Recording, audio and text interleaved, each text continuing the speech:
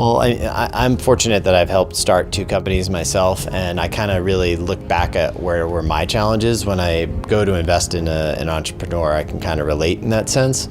And for me, when I think about it, was the passion that I had and the commitment was somewhat tied to the equity upside I had, which is important that when you're bringing in people that you create that some form of incentive like that for them, because it doesn't become a 9-to-5 job. This becomes part of what you are. And in the early stages, you need people whose passion and ethos is all based around making this company a success.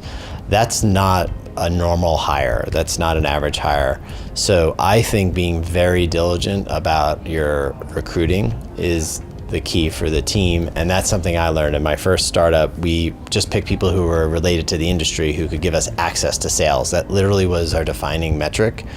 And within 6 or 8 months, we realized we kept hiring people who were really poor fits because they didn't have the passion, they didn't have the tie to the technology or the innovation.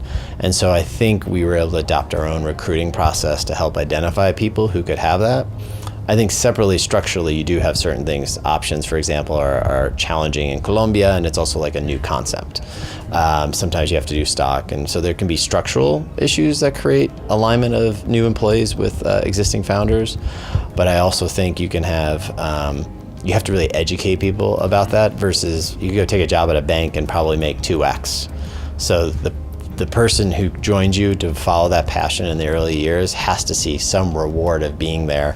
Not always just financial, but it's really about the kind of the environment that you create in the workplace.